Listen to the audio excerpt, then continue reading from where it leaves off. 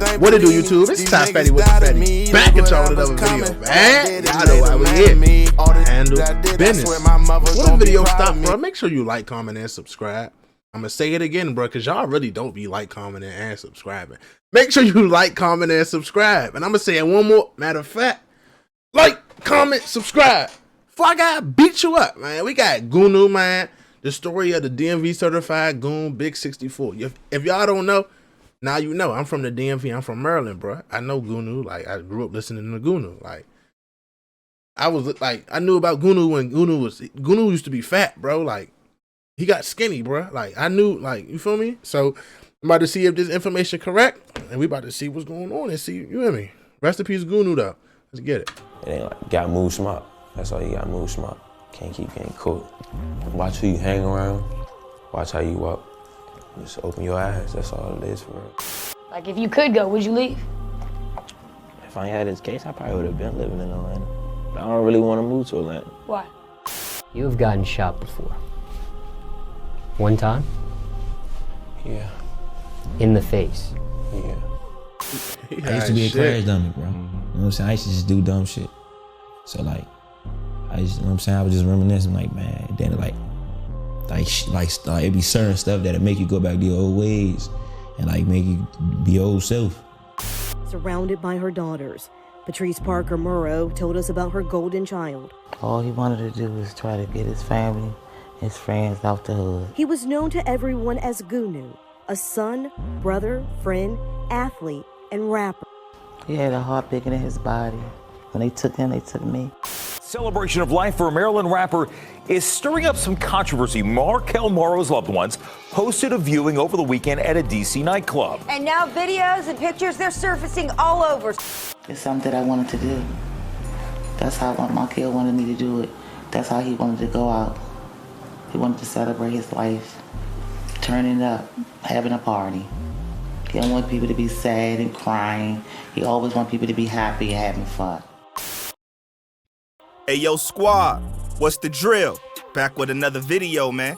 And it seems like the DMV has been a hotbed for talent for well over a decade now. Numerous dope artists have gotten close to breaking through, but for some reason, most never make it to the mainstream level of fame. I keep telling y'all that, bro. Like, we really do got niggas that done been right there. And they either get their head tapped or they go to jail, bro. Like, I've been told y'all that, bro. It's crabs in the barrel, bro. Like, like, just as I'm recording today, one of the most popping artist in the DMV it's rumors that he just passed away tonight, fool. Like, it's 4:42 a.m. right now. This shit came out at like 1:30 a.m. One of the most lit niggas in the DMV right now from DC just reportedly died tonight, bro. How this shit go, bro? Like, this shit crazy. It almost seems like the area's street artists are blackballed. Even though they seem to get the most looks, numbers, and attention, it just doesn't happen for them. And if that wasn't enough, the fact that when a rapper is on the verge, they end up getting shot down doesn't help either. The latest DMV hopeful to meet his untimely demise is Goonew, aka Big 64. A young legend with his whole life and career ahead of him. Recently hit up in March of this year, he left behind a strong legacy and a void in the DMV rap scene, one that will take a very long time to fill. So today, we are going to take some time to give you the story of Mr. Goonewick himself. So without further ado, let's skip the play and get down to business. Big 64. Markel Antonio Morrow, aka Goonew, was born May 14th, 1997, and is from Forest Creek, Maryland. You make that shit clear. Yeah, I make that shit clear. Anywhere I go, I'm from Forest Creek, Maryland. Growing up, he wasn't really cool with his father, and as he got older, that sentiment remained. I don't talk to my father. My mother worked. As a child, he was definitely a little knucklehead, ripping and running, doing things he ain't had no business doing, like we all did. Yeah, I was bad. You know, all the kids bad when they growing up. Guns, you know what I'm saying? Doing bad shit, smoking and shit, you know how it be. And as time moved on, naturally, Goonew would find himself in the midst of the streets and all that came with it. For youngins around the way, the street drama is a rite of passage. The wild thing is, though, once you get in that kind of life, it's an energy that comes with it, and things can happen to you even when you're minding your business. At a house party in 2015, Big 64 would end up getting shot in the face due to a situation that had nothing to do with him. What led to it? Nah, it wasn't. I was just cool. I was at this party. It was just the light That was like a little trap party. Shots just started going off and shit. But mind you, it was dark, and just shots started going off. And then the next thing, they was just shooting my way. So I got hit. In an interview with DJ Smalls, he would get into real detail about what happened after he first gained consciousness. I pulled up to my house. I was like, I ain't finna go to the hospital like this. Hell no. Can't go to the hospital like that. So I went in the house. I was going to actually, you know, my mother a nurse, so I was actually going to wait for my mother to get home. When my sister came in and she was all screaming and shit, she took me to the hospital. In typical DMV fashion, bro was playing it cool about the whole situation, and that was something he said he even had to do when he was actually on the way to the hospital in real time. His advice to gunshot victims would be of the same tune. Don't panic. Keep your cool, man. That's all you gotta do. Keep your cool. That's it. Staying true to his lifestyle choice, he didn't end up finishing school, but he ended up making it all the way to the 11th grade. I mean, bro almost got that diploma. I made it to 11th grade. I ain't finished. I got kicked out. After he figured out that school wasn't for him, he hopped on in the booth. I started rapping. It's like, I was just like, shit, ain't shit else to do. I get the police trying to ban me from my hood, so I'm like, shit, might as well rap. When it came to rap, he was putting in work, but he didn't take it too seriously for real. Playing around. It was just like on the block, go to the studio, go leave the studio, go back to the block.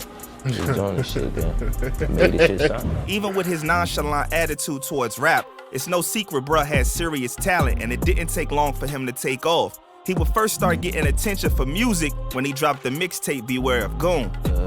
When I dropped the mixtape Beware of Goon, that's when I started getting my attention. But after that, he started buzzing and would get pushed from well-known artists in the industry. My boy Ian, Yachty, and Herb. He was locked in with them folks though. If y'all don't know, he used to like he was in NPR with Hood Rich, bro. Like that's who he was clicked up with. Like he used to lead the DMV and go to Atlanta for months and shit. Like he was with Hood Rich. He was locked in the industry, bro. Like he was over Chief Keef's crib just cooling with them. Like no funny, like him. It was before Fredo died. Like that's how far that was back. You know what I mean? He was locked in, bro. Shout out G Herbo. Shout out a lot of niggas. The newfound clout would never get to his head though, and he remained a block boy through and through. Somebody that was one with the people, approachable and humble. In a short amount of time, bro would drop an onslaught of projects like 2017's Certified Goon, 2018's Homicide Boys with his homie and fellow Maryland rapper Lil Dude, along with other releases such as Still Servant and Back from Hell. With every drop, his name grew bigger and bigger until he became a permanent fixture in the DMV rap scene, something he shall remain forever. While putting out a steady stream of music, Goonew will also have a steady stream of run-ins with the law. 12 was always clocking him around his hood since he was a teen. He would admit that once he started rapping more seriously and doing less dirt, the police wouldn't mess with him as much, but they never completely left him alone. They banned him from certain surrounding areas of his neighborhood, but it was never enough pressure to make him leave the hood completely. Eventually, he would get caught up and locked up for 7 months. The charges he caught haven't been openly available as of the making of this video. But in a Say Cheese interview after his release, he was very clear he wasn't comfortable talking about that particular legal situation. So I guess we'll just let those details come out as they may. While inside, he made sure to stay busy and motivated to get out by working trade jobs and cleaning. Shit like going to trades, cleaning up and shit, like things like that. A job that would have benefits such as him being able to get released early. He admitted that going to jail changed him for the better because it actually woke him up. Yeah, definitely a hell of a wake-up call. Hell of a wake-up call, just to stay out the way, you know. Like, you know what I'm saying, different, you know what I'm saying, just stay out the way. I never, you know what I'm saying, really into reading books. I was reading books in there, you know. Sometimes when you find yourself at your lowest point without the luxuries you took for granted, such as your freedom, it really forces you to see the forest from the trees. When you are not in the streets, you aren't as caught up in the day-to-day happenings in your hood and in your crew. This can often allow you to clear your mind and find yourself even more. My bad if I'm allowing jail to sound like a yoga retreat, but when you look at the cup as half full and see the blessings in every situation, that stuff is powerful, man. Try it sometimes. Anyway, in the past, it's no secret that Goonew... He just spit, y'all. That shit was like a Nigalations 3:14. That shit was valid. Nick had problems with illegal substances. He was very open about it, and if you followed him his whole career, it was plain as day. In the 7 months he spent on the inside, he was forced to quit cold turkey, and that helped him realize that his addiction was largely mental, and if he had more control over his mind, he could get that monkey off his back. I did have a hard time when I first got it there, though. Man, I ain't gonna lie. I was sick, I was ill, throwing up. Couldn't use the bathroom for real, you know. Even though he was what many would consider a high-profile inmate, when in jail, he never wanted to be in protective custody. He made sure he was in Gen Pop because he saw himself as a regular person like everybody else. I tell y'all this much, where I'm from, it's probably like law a lot of places though. Man, you go to PC, bruh, that's damn near like snitching, bro. Like, niggas ain't respecting no nigga. Like, I don't give a fuck. Bro, I don't care if he came out. I don't care if before he went in, he was the biggest killer in the state, bro. In the city, bro. Bro, if he go to jail and go to PC, bro, or go to an honor dorm, bro, it's like he ratted, bro. Like, it ain't law. Nobody respects it, bro. Like, for a fact. In many interviews, he loved to emphasize that he was just a regular dude, and I think that made him more relatable to fans. He wasn't Hollywood at all, and he never came across as above anybody else. Goonew was loved by most of the DMV and didn't have many well-known enemies in the rap scene. The most notable beef he did have was with Q the Fool. To my knowledge, it never turned deadly, so it's safe to say it wasn't really that big of a deal. It ain't turned deadly, but Q the Fool and them, we're gonna say allegedly, they robbed Hood Rich Pablo Juan. Like, if you watching this and you remember when Hood Rich was really like rapping and he was always getting robbed and beat up, one of them times was because of Goonew and Lil Dude. They beef at home. They was out LA and Hood Rich and Q the Fool and them caught up with them and beat the shit out of them. They took Hood Rich jewelry and shit. His lip was all swollen and shit. Yeah, facts. More than likely, it was simply a situation of mutual dislike, and that was it. When asked in an interview a few years back how he felt about Q the Fool, he had this to say. No, you don't have to answer it. What's your relationship with Q the Fool? Shit. I don't fuck with them niggas.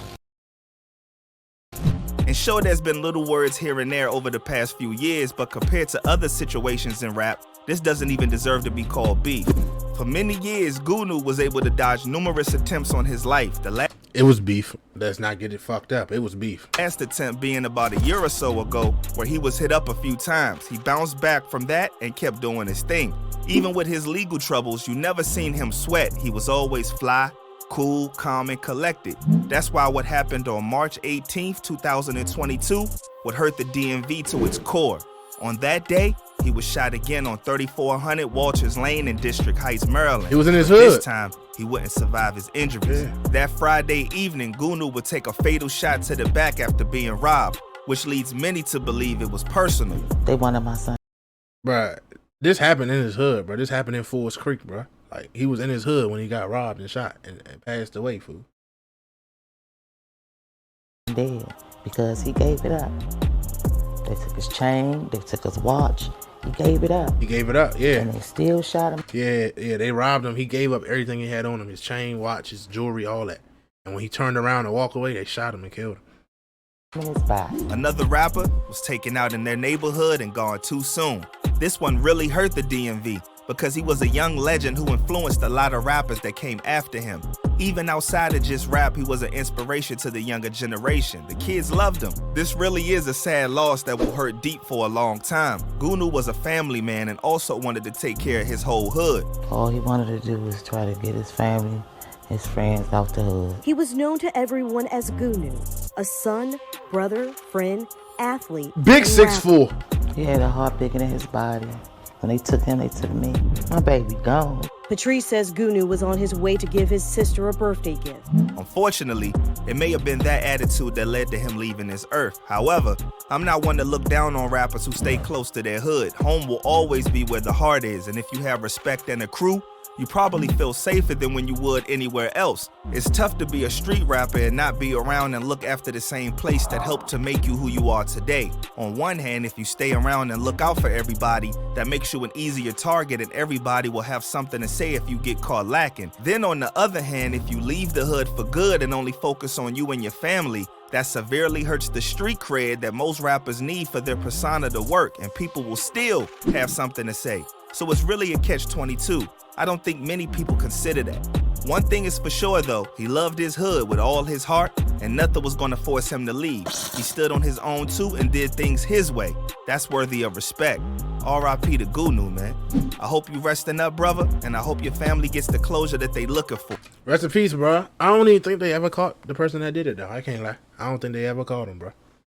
This happened, what, a year ago, a year and a half, 2 years ago, something like that? I don't think they ever caught him, though, bro. And when it surfaced that he real life, like, passed away, like, that shit kind of, like, fuck niggas up, bro. Because it's like, damn, we grew up on this nigga, bro. Like, he was one of them niggas we grew up on listening to in 9th, 10th, 11th, 12th grade. Like, that's that, like, 10th, 11th, 12th. And then, as we, like, feel me? He been around, bro. Goonew been around, bro. Like, he been around, bro. No funny. But, come with this shit, bro. It's the game, bro. Get the fuck out of Maryland, bro. If you in the DMV, bro, and you rapping or whatever, get out, bro. If you got a little bit of anything that you think, like, get out, bro. Like, you see the ones that made it, they out. Corday, out. Rico Nasty, she out. Chai Glizzy, he gone. Feel me? Like, Fat Trail that made it, he made it out, but he's still back here. Like, always locked up. Feel me? Like, you wouldn't even understand unless you from here, bro. Man, if only you knew, y'all. With that being said, man, it's Ty Fetty with the Fetty, man. Make sure y'all stay smart, stay dangerous, bro. Stay out the way, bro. I'm gonna catch y'all next time, man.